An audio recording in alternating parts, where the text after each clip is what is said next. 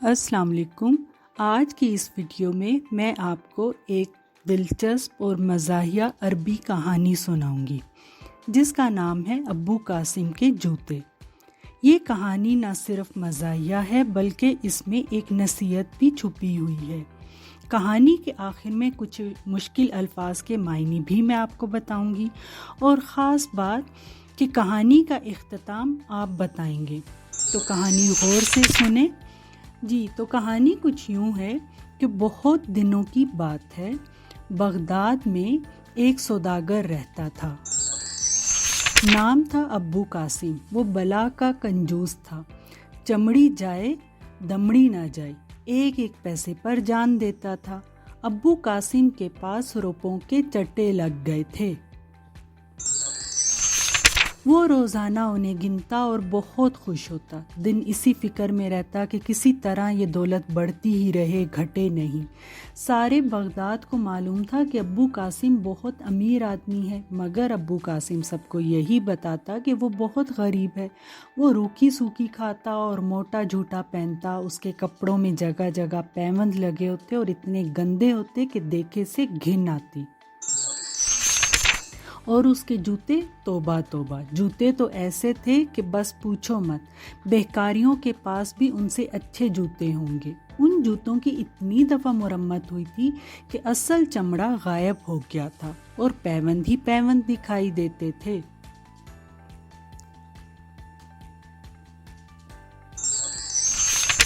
ابو قاسم کے دوست اس سے کہتے، میاں تم نے تو بہکاریوں کو بھی مات کر دیا، ارے بھائی اب ان جوتوں کی جان چھوڑو، نئے جوتے خرید لو۔ ابو قاسم کہتا، واہ ابھی تو یہ بہت چلیں گے، پھینک کیسے دوں؟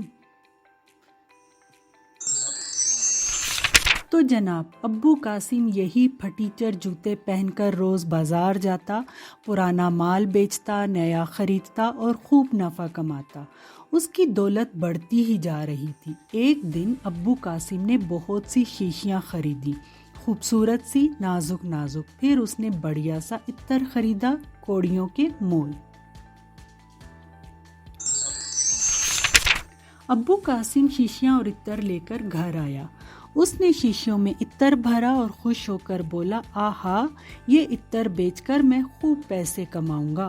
وہ خوشی سے پھولا نہ سما رہا تھا۔ اسی خوشی میں اس نے سوچا کہ آج کسی شاندار حمام میں چل کر غسل کرنا چاہیے۔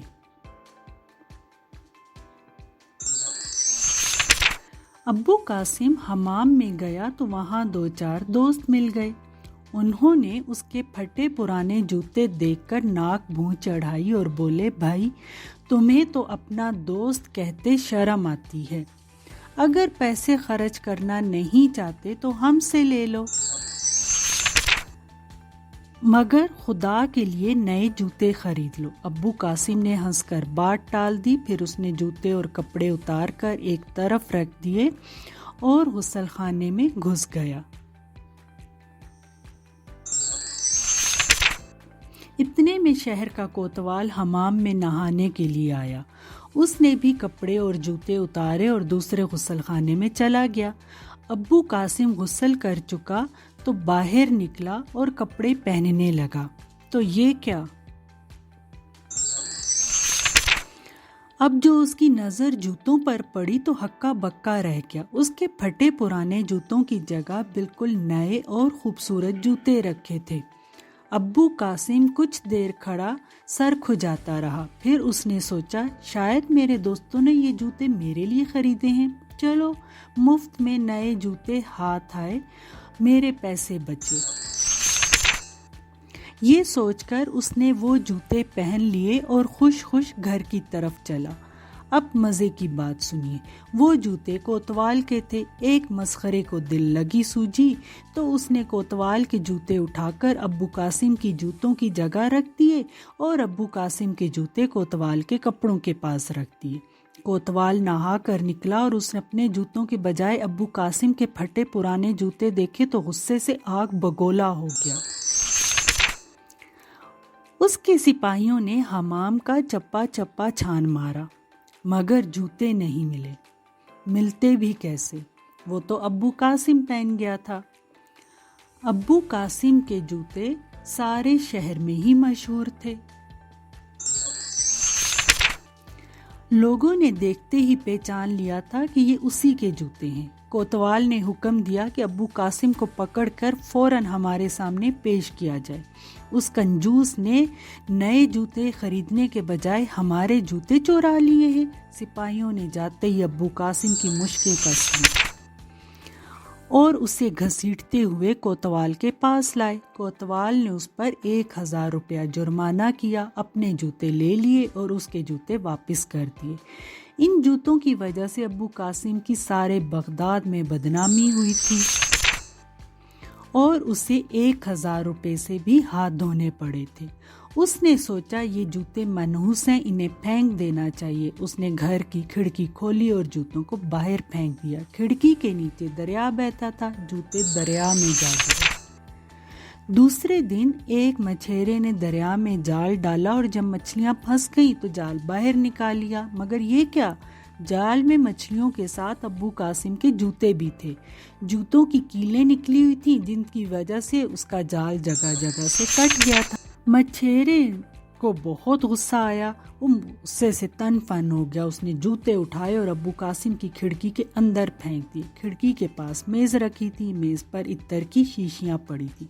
جوتے پٹاخ سے شیشیوں پر گرے، شیشیاں فرش پر گر کر چور چور ہو گئیں، سارا عطر بہہ گیا۔ بیچارہ ابو قاسم سر پکڑ کر بیٹھ گیا، اس کا سینکڑوں کا نقصان ہو گیا تھا۔ اب تو اسے ان جوتوں کی شکل سے ہی نفرت ہو گئی۔ اس نے سوچا جوتے سچ مچ منحوس ہیں، انہیں ایسی جگہ پھینکنا چاہیے کہ کسی کو نہ ملے۔ اس نے سوچا اور ایک دماغ میں اس کے ترکیب آئی۔ وہ خوش ہو کر بولا بس یہ ٹھیک رہے گا، میں انہیں زمین میں دبا دوں۔ ابو قاسم اپنے باغ میں گیا اور گڑھا کھودنے لگا۔ اس کی کمبختی جو آئی تو ایک پڑوسی ادھر آ نکلا۔ اس نے ابو قاسم کو گڑھا کھودتے دیکھا تو دل میں کہنے لگا اس کنجوس مکھی چوس کو ضرور کوئی خزانہ ملا ہے، جب بھی تو زمین کھود رہا ہے، اب بھی جا کر وزیر کو بتاتا ہوں۔ ان دنوں بادشاہ کا حکم تھا کہ جس شخص کو خزانہ ملے وہ فوراً حکومت کو خبر کرے ورنہ اسے سخت سزا دی جائے گی۔ پڑوسی نے جا کر وزیر سے کہا۔ وزیر نے ابو قاسم کو پکڑ لیا اور اس سے پوچھا خزانہ کہاں ہے؟ ابو قاسم نے کہا حضور خزانہ کیسا، میں تو اپنے جوتے زمین میں گاڑ رہا تھا۔ وزیر بولا بے وقوف، کوئی جوتے بھی زمین میں گاڑتا ہے؟ ضرور تجھے کوئی خزانہ ملا ہے، سچ سچ بتا ورنہ تجھے ایسی سزا دوں گا کہ عمر بھر یاد رکھے گا۔ ابو قاسم بوتہرا چیخا چلایا، قسمیں کھائیں، مگر وزیر نے ایک نہ مانی اور اس پر 10,000 روپیہ جرمانہ کر دیا۔ ابو قاسم روتا پیٹتا گھر آیا۔ یہ جوتے اس کے لیے عذاب بن گئے تھے، ان کی وجہ سے اس کا ہزاروں کا نقصان ہوا تھا۔ وہ چاہتا تھا کہ ان جوتوں کو کہیں ایسی جگہ پاٹے کہ پھر یہ نہ ملے۔ وہ اگلے دن صبح سویرے اٹھا اور شہر سے دور نکل گیا۔ وہاں ایک تالاب تھا، ابو قاسم نے جوتے تالاب میں ڈال دیے اور اس وقت تک انہیں دیکھتا رہا جب تک وہ ڈوب نہ گئے۔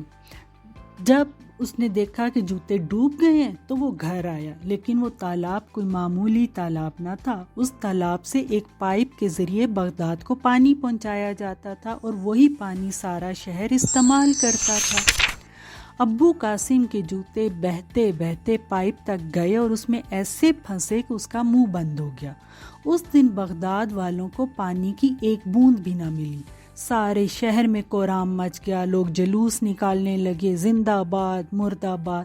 بادشاہ کے سپاہی دوڑے دوڑے تالاب پر گئے۔ 2 آدمی کشتی میں بیٹھے اور انہوں نے تالاب کھنگالا تو اس میں ان کے ہاتھ جوتے آ گئے۔ سپاہی دیکھتے ہی پہچان گئے کہ یہ تو جوتے ابو قاسم کے ہیں۔ اس دفعہ ابو قاسم کو 1 مہینہ جیل میں رہنا پڑا اور اس پر 15,000 روپیہ جرمانہ ہوا۔ ابو قاسم نے جوتوں سے جان چھڑانے کی بہت کوشش کی مگر کامیابی نہ ہوئی۔ آخر اس نے سوچا انہیں جلا دوں، لیکن جوتے بھیگے ہوئے تھے۔ اس نے بتیری آگ دکھائی مگر جوتے نہ جلے، تو ابو قاسم نے جوتے چھت پر لے جا کے رکھ دیے تاکہ وہ سوکھ جائیں۔ اب قسمت کی بات، ابو قاسم کے پیچھے پیچھے اس کا کتا بھی اوپر آ گیا تھا۔ ابو قاسم نے جوتے منڈیر پر رکھے تو کتا ان سے کھیلنے لگا۔ کھیلتے کھیلتے ایک جوتا منڈیر پر سے پھسل کر نیچے گر پڑا۔ نیچے بادشاہ سلامت کی سواری گزر رہی تھی، جوتا ٹھیک ان کے سر پر جا گرا۔ بادشاہ کے سپاہیوں نے جوتا پہچان لیا اور ابو قاسم کو گھسیٹتے ہوئے بادشاہ کے پاس لائے، اور اس دفعہ ابو قاسم پر اتنا بھاری جرمانہ ہوا کہ وہ بالکل ہی کنگال ہو گیا۔ وہ چیخ کر قاضی سے بولا، حضور، ان جوتوں نے مجھے بہت دکھ دیا ہے، میں تباہ ہو گیا ہوں، میری آپ۔ جی جناب، تو کہانی میں یہاں پہ ہی روک دوں گی۔ اب آپ بتائیے کہ ابو قاسم نے قاضی سے کیا کہا؟ کیا ابو قاسم نے جوتوں سے نجات حاصل کر لی یا نہیں، یا جوتوں نے پھر کوئی مصیبت کھڑی کر دی؟ اب یہ فیصلہ آپ کریں گے، اور آپ کو کیا لگتا ہے کہ کہانی کا انجام کیا ہونا چاہیے؟ اس کا جواب اپنے کمنٹس میں دیجیے۔ اور جی، تو اب میں آپ کو اس میں کچھ مشکل الفاظ کے معنی بتاؤں گی۔ پہلا یہ تھا، چمڑی جائے دمڑی نہ جائے۔ یہ ایک مثل ہے، اور یہ اس بخیل کی نسبت بولتے ہیں جو جان دے دے لیکن پیسہ خرچ نہ کرے۔ پھر روپوں کے چٹے لگ گئے، مطلب روپوں کے ڈھیر لگ گئے۔ پیون یعنی جوڑ اور چیپی، مات کر دیا، یہ ایک محاورہ ہے، یعنی بازی لے جانا، کسی کام میں بڑھ جانا، شرمندہ کرنا۔ پھر کوڑیوں کے مول، یہ بھی ایک محاورہ ہے، اس کا مطلب ہے نہایت سستا یا بہت سستا۔ پھر ایک لفظ اس میں ہم نے استعمال کیا تھا، ناک منہ چڑھائی، یہ بھی ایک محاورہ ہے جس کا مطلب ہے ناپسندیدگی کا اظہار کرنا یا منہ بنانا یا ناراض ہونا۔ پھر تھا کوتوال، یعنی پولیس کا وہ عہدیدار جس کے ماتحت مختلف تھانے ہوں۔ پھر ایک لفظ تھا ہکا بکا، حیران یعنی حیرت زدہ، گھبرایا ہوا۔ پھر دل لگی سوجی، یعنی ہنسی مذاق، ذہن میں ایک مذاق کا خیال آیا۔ پھر تھا مشکیں کس لیں، یہ بھی ایک محاورہ ہے، مطلب گرفتار کر لیا۔ پھر غصے سے تن فن، یہ بھی محاورہ تھا، یعنی بہت زیادہ غصہ ہونا۔ پھر تھا ترکیب، یعنی خیال یا تدبیر۔ پھر اس میں ایک لفظ تھا ایسی جگہ پاٹے، یعنی ایسی جگہ چھپائے، پاٹنا مطلب چھپانا۔ کوہرام مچ گیا، یہ بھی محاورہ تھا، یعنی ماتم ہونا، جو رونا پیٹنا پڑ گیا، افراتفری پیدا ہو گئی۔ تو یہ تھی آج کی کہانی، اور اس کے ساتھ کچھ مشکل الفاظ اور ان کے معنی۔ تو اب آپ کی باری ہے، کمنٹ میں بتائیے کہ اگر آپ کہانی نویس ہوتے تو کہانی کا اختتام کیسے کرتے۔ اگر ویڈیو پسند آئی ہو تو ویڈیو کو لائک کریں، میرے چینل کو سبسکرائب کریں، اور اپنی تخلیقی رائے میرے ساتھ ضرور شیئر کیجیے۔ بہت شکریہ۔